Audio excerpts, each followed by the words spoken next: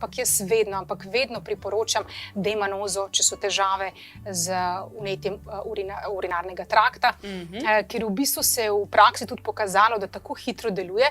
Vedno je dobro tudi preventivno jemati, če vemo, da s tem imamo težave, posebej recimo, če gremo na dopust, gremo nekam na morje, takrat se velikokrat zgodi, da dobimo vnetje mehurja. Mimogrede, kakšni so znaki?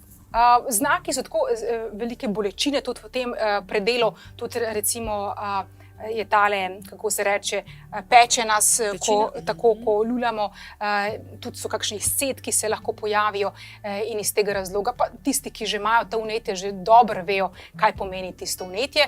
Enostavno tako se življenje ustavi, ker to je tako neprijeten občutek in tako boleče, da enostavno vsak si želi, da čim prej odpravi to težavo oziroma da se ne ponavljajo. In tudi na psihični ravni, recimo ženske, ki imajo težave s tem, ponavadi tudi imajo kakšne druge genitalne težave, ker je urogenitalni trakt oslabljen na energijski ravni in to je treba tudi krepiti ne samo na nivoju fizičnega telesa, ampak seveda na drugih nivojih. In demanoza, ki sem jo omenila, je res fantastična, zaradi tega, ker v bistvu veže nase različne tiste mikroorganizme, tukaj tudi govorimo tale bakterijska okužba, tudi okužba z Escherichia coli, ki nam povzroča težave, ker pol iz prebavnega trakta zaide tudi v naš mehur in v bistvu povzroča vnetja.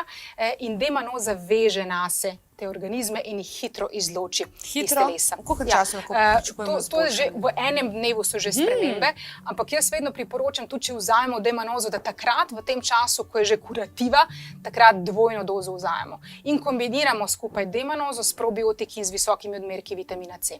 Na tak način, če delujemo takoj hitro, recimo takoj, ko majčkeno opazimo, da se nekaj dogaja, vzajemo, se pravi, dobro je doma imeti na zalogi. No, evo, fino, ženske.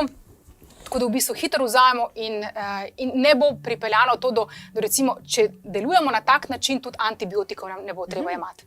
Ker tukaj je težava. Ponavadi zdravniki to zdravijo z antibiotiki, ker je bakterijska okužba, to pa poškoduje naše telo zelo močno, potem rabimo mesece, da spet pridemo nazaj v eno normalno stanje in tega si res ne želimo. Ker ta vnetja povzroča ta Escherichia coli, ta bakterija. In na našem tem mehurju, ona se gor, tako se zahakla, ker gor je tudi ena taka obloga. In zdaj ta demanoza v bistvu naredi, da ona zdrsne dol, ona sklizne dol in jo v bistvu odplakne, da se ne more več prilepiti in se zato ne razmnožuje.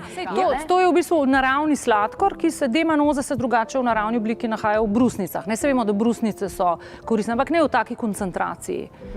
Tako da tukaj je pa večja koncentracija in to je v bistvu posebne vrste sladkor, taka molekula, ki v bistvu prav deluje na to bakterijo. Je pa za sladkorne bolnike tudi še vedno varna, zato ker malenkost drugačen metabolizem je tega sladkorja, tako da ni nevarno za sladkorne bolnike. Tako da doziramo pa tako, 2 do 3 grama lahko, nekje vsake 3 ure lahko, pa vmes veliko piti.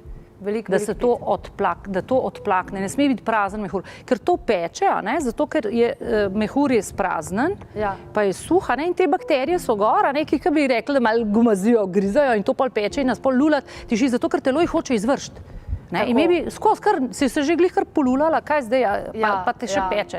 Jaz se spomnim, eno noč sem bila, skoraj celo noč sem bila na WC-ju. Dejansko, nisem mogla nič, po kapljicah sem lulala in vsaka kapljica je bolela, kada britvica mi šla. Ja.